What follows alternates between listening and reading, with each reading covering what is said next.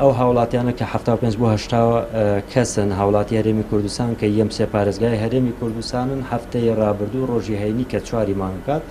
ئەمانە لەلایەن پۆلیسی هێزە ئەمنیەکانی تورکیا لەلایەن پۆلیسەوە دەست بەسەر کراون و هەتاوەکو دوێنێ ئێوارە دەنگیان نەبوو. ئێمە وەکو فیدراسیۆنی پەنابەران بە هاوکاری باڵێزخانەی عێراق لە غازی ئەنتاب وا چاوەڕوانەکرێت بۆ ڕۆژی ئەم دووشەممەی ئایندە کە بتوانین سەرجەم ئەو کەسانی کە بەڵگەنامی پێویستیان هەیە وەکو جیاواز سەفەر و دوخولی پێ داخلی وڵاتە بوون ئازادیان کرد. یەکێک لە بەندکراوەکان لە سژنەکەەوە لە ڕێگەی فەیسبوکەوە پەیوەندی بە منەوە کرد بۆیە ژمارە تەلەفۆنەکانی ئێمە و